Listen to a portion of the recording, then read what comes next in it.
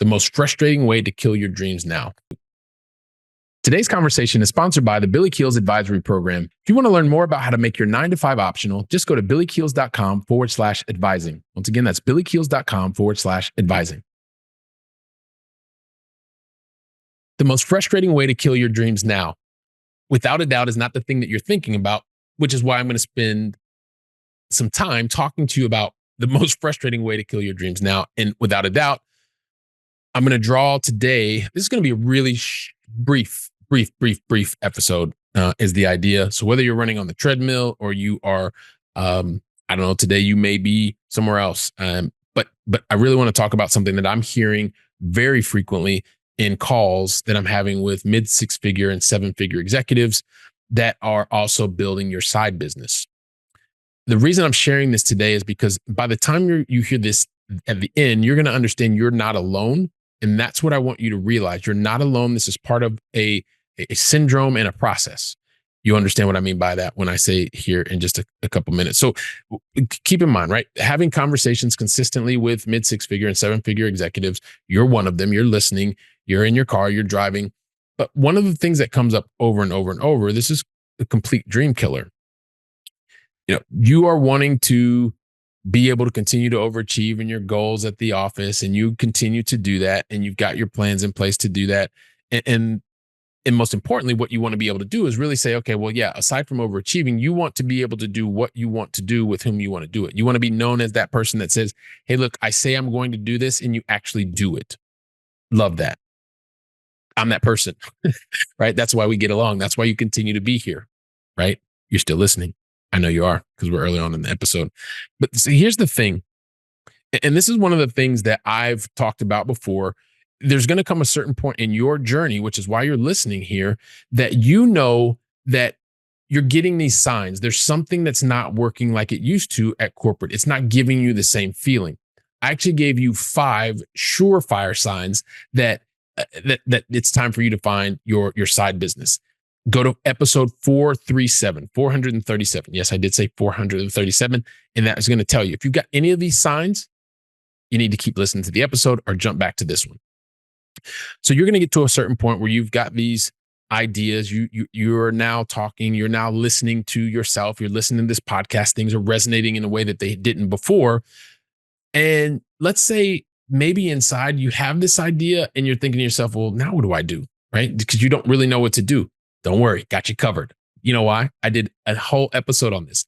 442. Just go to episode 442 and you're going to find out. When you have an idea and you're thinking to yourself, now what? Check out the episode. It's going to give you a path to get you to the next step.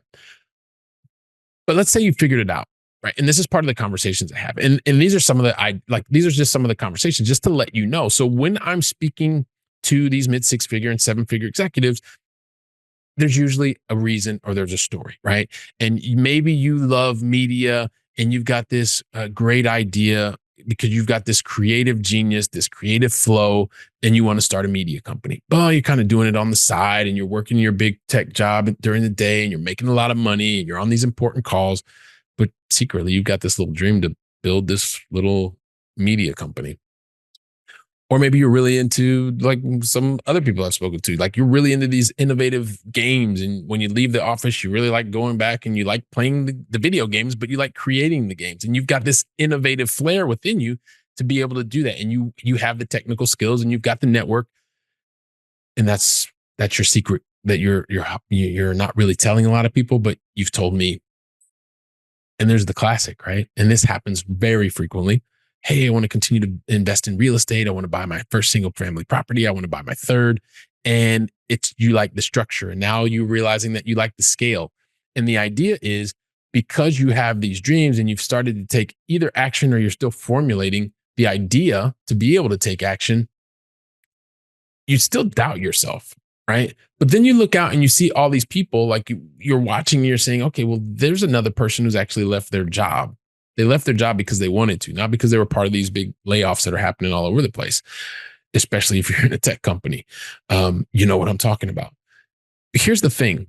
When you're watching others do it and you're still not in a point where you can, I know it's easy to have this whole imposter syndrome creep in because other people are saying they're doing it and you want to be able to do it, but you're not.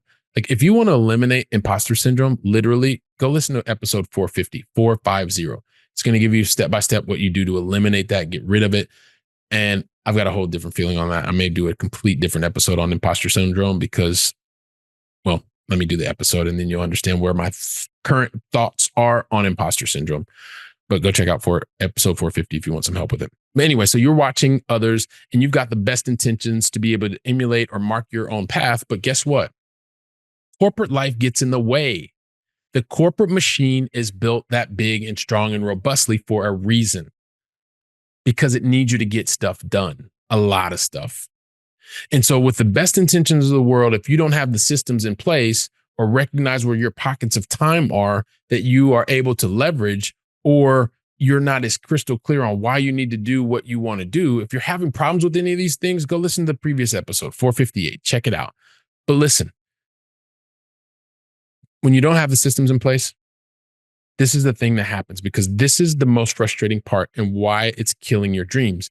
Because the best intentions with no systems and life and corporate getting in the way, you start to get inconsistent. You do it for a couple days, then you stop, because you've got to turn in this big assignment. You've got to be on 50 calls. You've got to fly across country so that you can be in this really important meeting to present this multi-million-dollar package to your massive client who's going to help you overachieve and send you to the Mediterranean or to Hawaii or to Latin America, wherever the case may be. But the lack of consistency is the thing that's killing your dreams. And I know it's frustrating. I've been there. I'm not saying I haven't. And that's in corporate life, and that can be outside of corporate life. If you're not consistent, it is the biggest thing that causes frustration, because you're killing your dreams because you're not consistently taking action towards the goal, the priority that you've set for your life, for your family. And it's frustrating. And it's in your control, completely in your control. And the thing is when you want to think about consistency, like even if I think about the podcast, we've now almost at 460 episodes. And for the last 4 years, if you go back 2 episodes a week for 4 years, you will see the episodes, right? We're almost on that. We're just going to be on the 4 years, but like I said, 460 episodes. You do the math, fact check it, check it out. But here's the thing.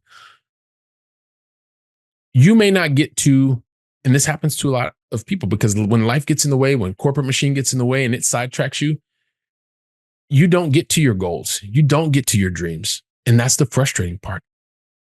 You may even be on the cusp of letting that frustration kill your dream. Don't do it. Don't do it. Trust me.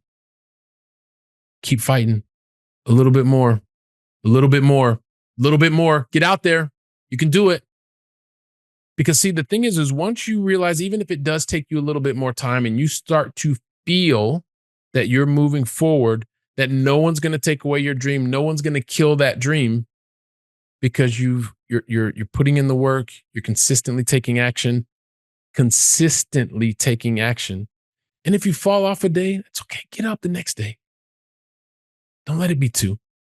It's real hard to come back from 3. Almost impossible to come back from 4. If you need help, reach out to somebody. Get an accountability partner. It's the best thing you can do. Because if you fall once, well, that's okay. Knock yourself off. Get back on the horse or the car or whatever it is. But don't let inconsistency kill your dreams. Take a little bit more time, but just keep working at it. I'm here for you. If you feel like you're in it alone, you're not. Stay here. Don't go anywhere. Consistently, you're going to be able to count on us. We'll be here for you. I'm here for you. 2 days a week, and we're here for you. And that's the bell. Got to get ready and run. And while you are taking in this episode, I'll be here preparing for the next one. So until then, go out and make it a great day. And thank you very, very much. Today's conversation was sponsored by the Billy Keels Advisory Program. If you're looking to make your 9-to-5 optional and need some help, just go to billykeels.com/advising. Once again, that's billykeels.com/advising.